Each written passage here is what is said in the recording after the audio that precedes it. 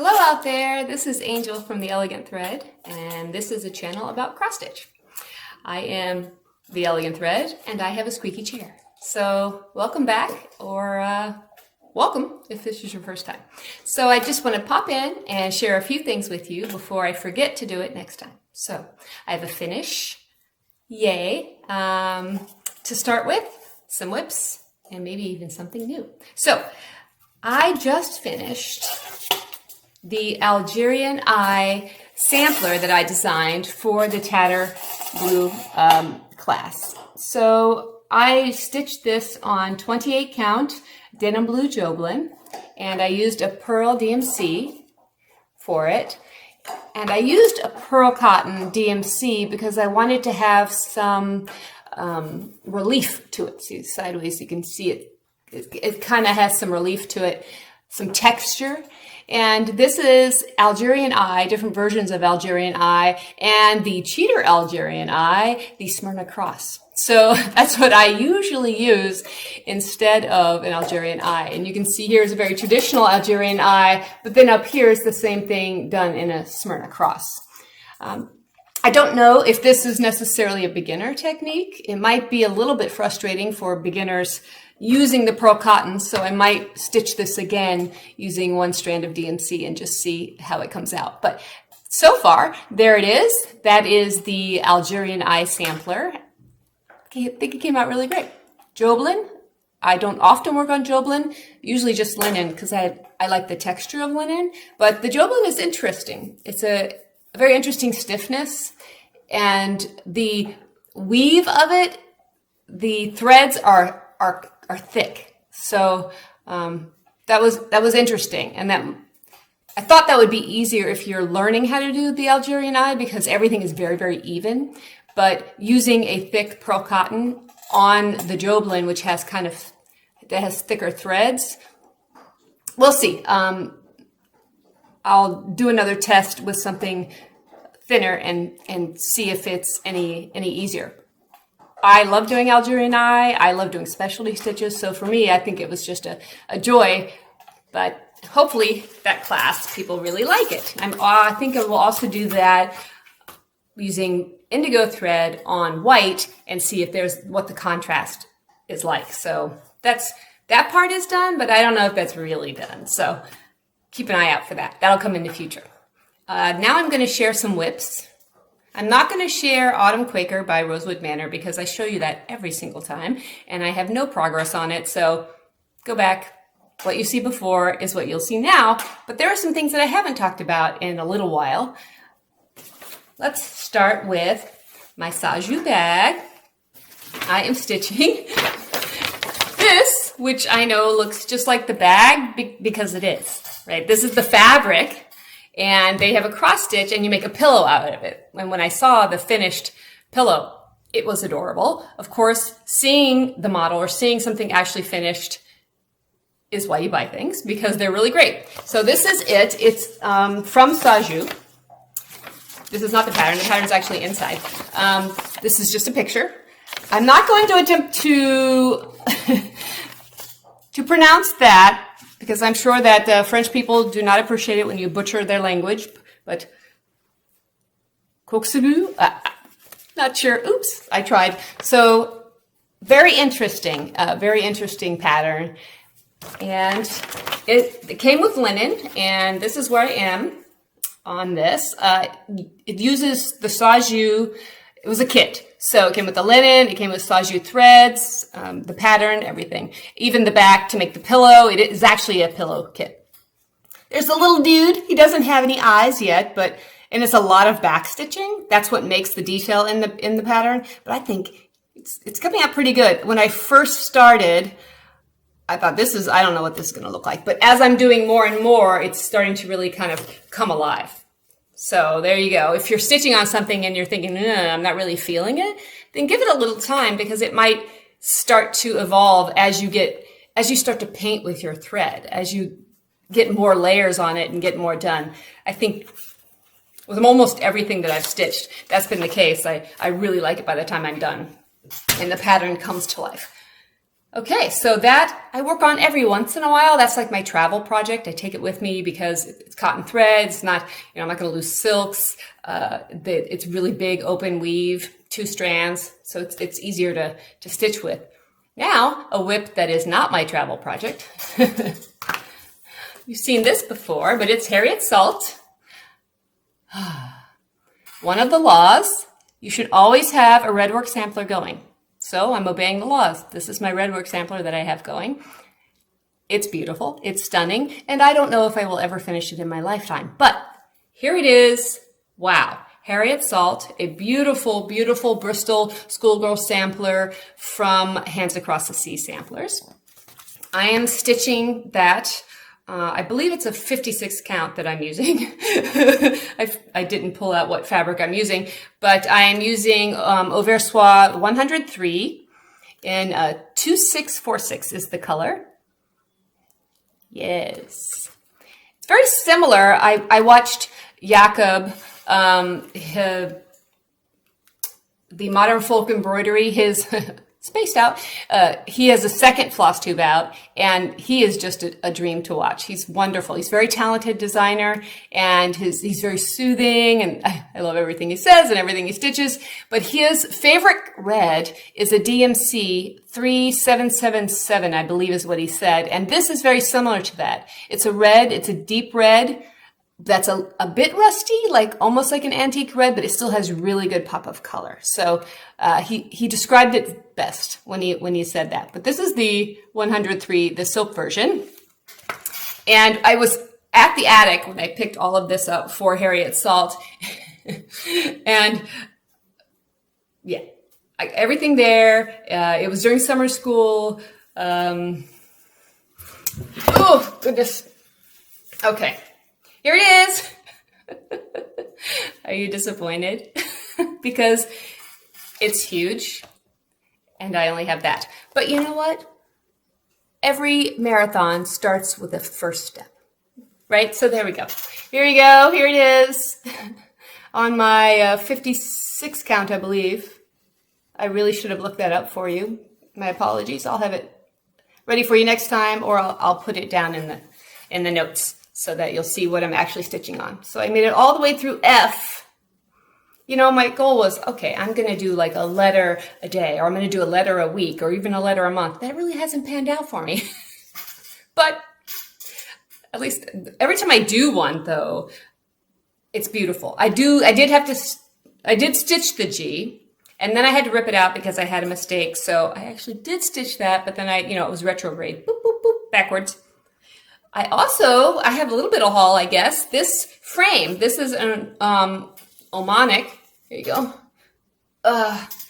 Since Millennium frames are so stinking hard to get, almost impossible, I have one, and I feel very fortunate that I was able to even get one.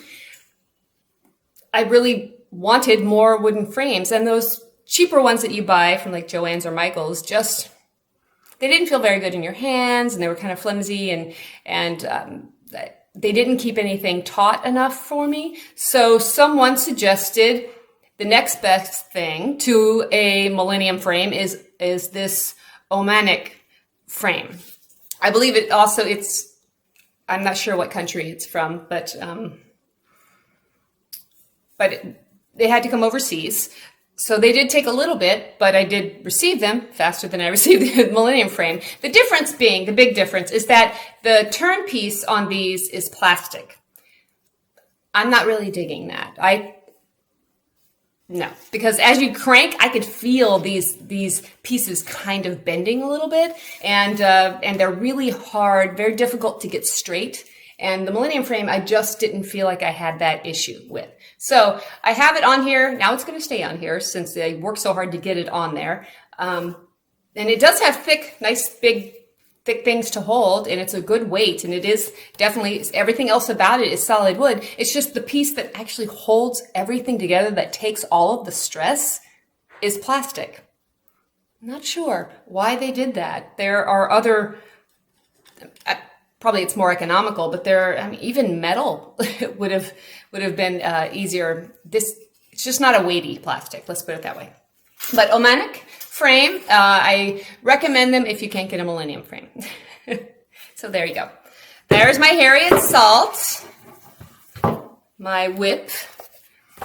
And then I have, I don't know if you would consider this a new start or not, but I have a design I'm about to stitch the model for. I'm not going to show you the design, but I put the fabric for it on this Omanic frame because I bought two. So here it is, nice and taut, ready to go. Isn't that color beautiful? It's 40 counts.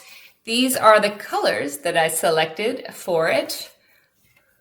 You don't know what it is, but it's the sampler-ish kind of thing. So it'll be about 15 by 7 when it's finished. And these are what I settled on, were these deep greens, this version of greens. A friend of mine in Maine helped me pick that out. I originally had designed it as what I called the teal and gold sampler, and I had picked this set of teal to go with it. So the green or the teal, I don't know, let me know. I know you don't know what it is that I'm stitching, but let's just say there are some leaves in it.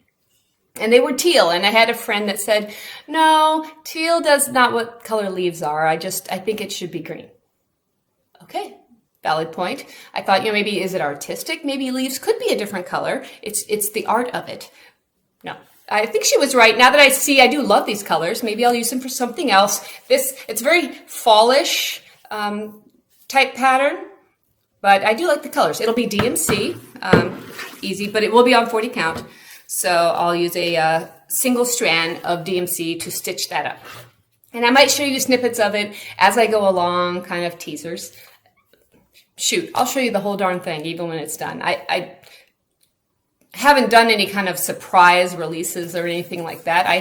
I want to share what I have, and I want other people to see it and to stitch it and to share what they have. So I'll keep tabs on that as I go. And I think I have found some linens that the colors of which I really like. I mean, this is just a luscious color of linen.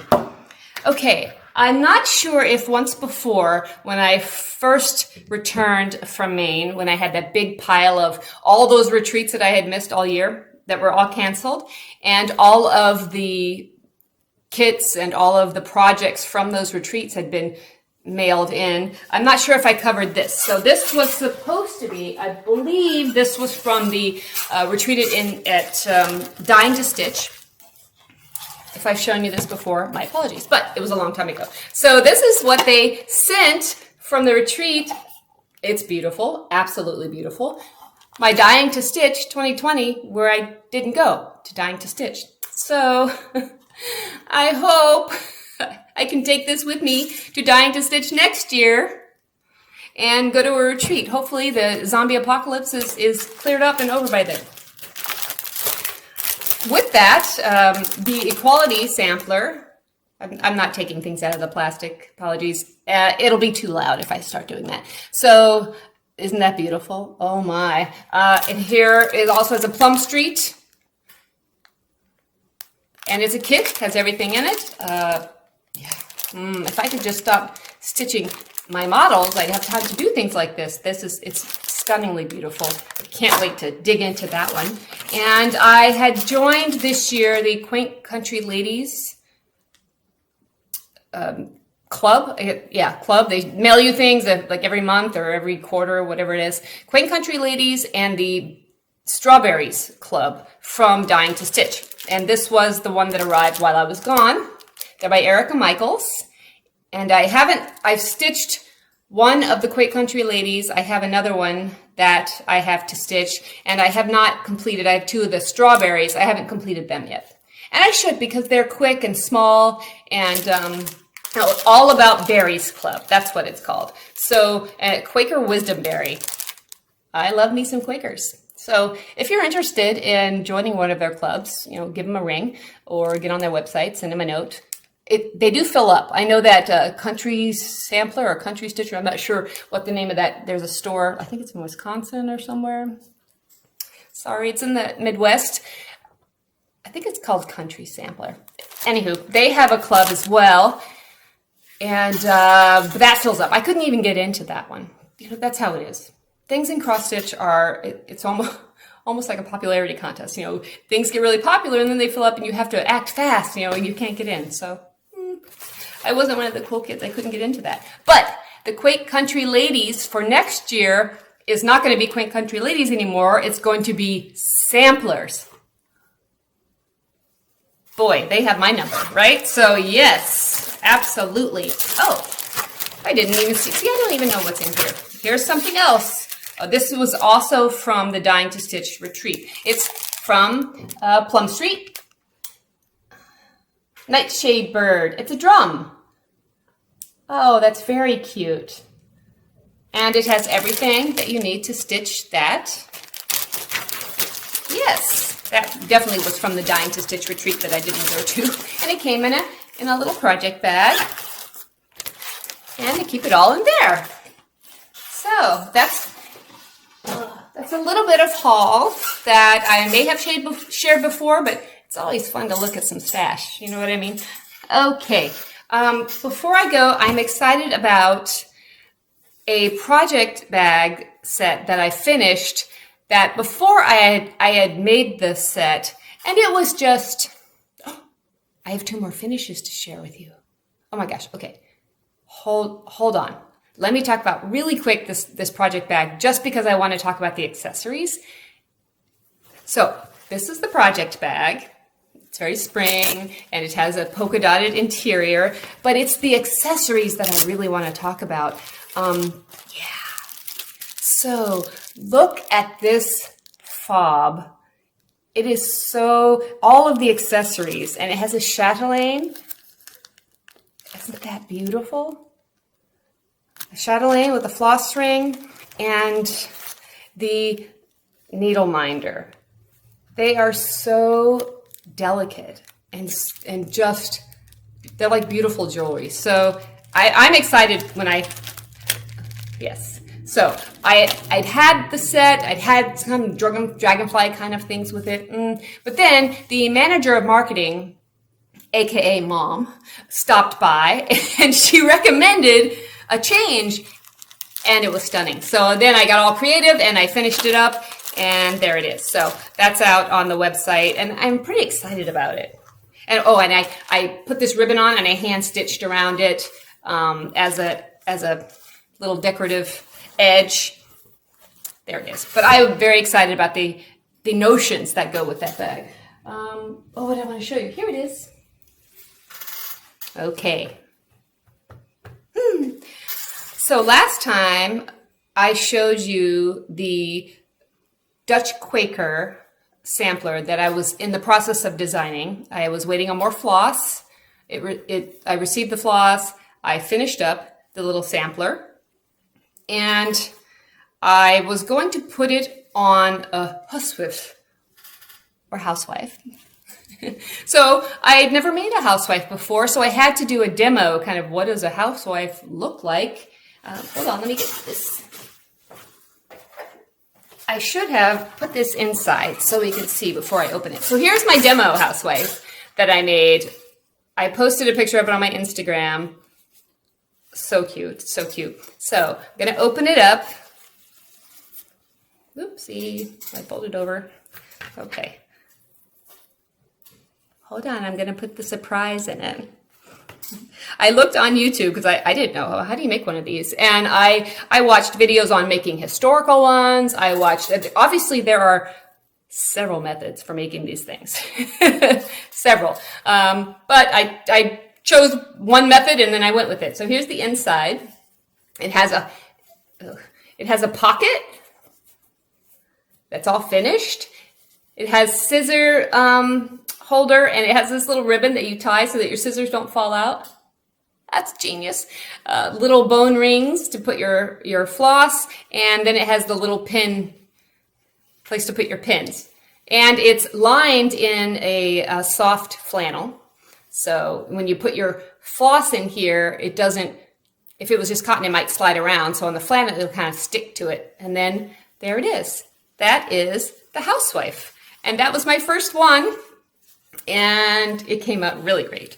So now that I proved that, oh, now I know how to make a housewife. Now I want to take that sampler that I made and I want to make a housewife out of that. So this will come out, the pattern when it does come out will be, you could obviously just make it and frame it. You could do whatever you want with it, but I will have it displayed on a housewife. Here it is. That is my Dutch Quaker sampler as a housewife. And again, I did the edge not as beautifully as Jacob at Modern Folk Embroidery, but I did his open hem edging on this as well. Let's open it up and see. How exciting. Okay, I'm going to switch those scissors over here just so you can see. You just sit there and listen to the squeaky chair. Or stitch or take a sip of coffee. I should be better prepared. I would never be good at one of those people that just has to like ramble on.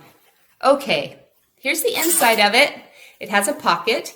What I did is the flannel is the outside of this one, and it has this really neat textured stripe, kind of vintage stripe on the inside. Some bone rings for your floss. It has the scissor holder and a little contrasting fabric, and it has a place to put all of your pins. And the pocket is the flannel, and then I attached the sampler to the flannel on the outside. And the reason that the scissor are falling out. The reason that the scissor pocket is contrasting is because the sampler itself was worked in midnight, I believe is what it's a Weeks Dye Works, but I think it's midnight or something like that. But the contrast, I did the letters and I did the date in red. So there you go. There's a little Dutch Quaker, and I made a housewife out of it. So the Dutch Quaker housewife. There you go. There you go. A finish. That's 3 finishes. Oh my goodness. Yeah. That really is everything now. So I finished stitching this. I finished stitching the Algerian eye, and I'm zooming on. I think maybe I'm going to try my hardest to get another letter. I'm going to finish a G in Harriet Salt. Okay, there you go. I did not do a pull from yet to share my stash because I want to give people more of a chance. Since I just did a video, about a week ago? I don't really know if it was a week ago because the passage of time, everything runs, there's no delineation in the days. And I'll be brushing my teeth and I'm thinking, why is my laundry pile so big? Well, because it's been 3 days. And has it really been? I don't even know what day of the week it is half the time. So I won't pull yet because I will give a chance for everyone to jump in there. The last video, if you're interested, a little candle with Christmas in Williamsburg. It's a whole kit. Go by, check out the video, and if you want to share the stash, if you're interested in it, leave a comment with the word Christmas somewhere in the comment. That's how I'll filter you out. And please be a subscriber and 18 years old or have your parents' permission. So, okay. I hope you have a wonderful day and you enjoyed some of my goodies, and I'll see you next time. Bye.